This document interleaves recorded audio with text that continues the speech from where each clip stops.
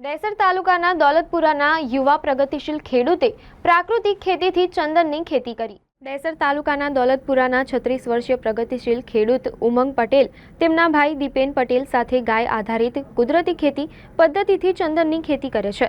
તેમણે પોતાની 12 વીઘા ખેતીની જમીનમાં સફેદ અને લાલ ચંદનના વૃક્ષો ઉગાડ્યા છે।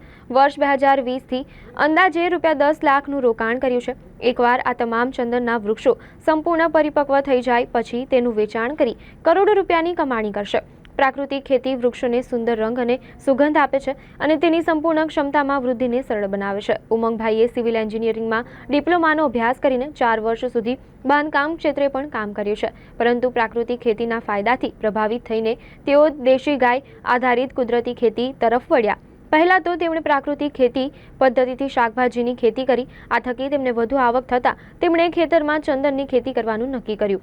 સાથે જ ઉમંગભાઈ કહે છે કે અમે વર્ષ 2015માં ખેતી શરૂ કરી। દોલતપુરા ગામમાં અમારી 12 વીઘા જમીનમાં ચંદનના વૃક્ષો ઉગાડવાની યોજના બનાવી। ત્યારે આપને જણાવી દઈએ કે દીપેન પટેલ ચંદન વિકાસ એસોસિએશન વડોદરાના સેક્રેટરી છે અને તેમના પિતા Chandubhai Patel Jio spoon farms producer company લિમિટેડના નિયામક છે। તેમણે ચંદન બાયબેક કરાર સાથે ચાલુ વર્ષે કિસાન પેન્શન યોજના પણ શરૂ કરી છે। આ પેન્શન યોજનામાં ખેડૂતો 13 વર્ષ માટે પ્રતિ વર્ષ ₹2000નું યોગદાન આપે છે અને 15 વર્ષ પછી પ્રતિ વર્ષ ₹5 લાખનું વળતર મેળવે છે।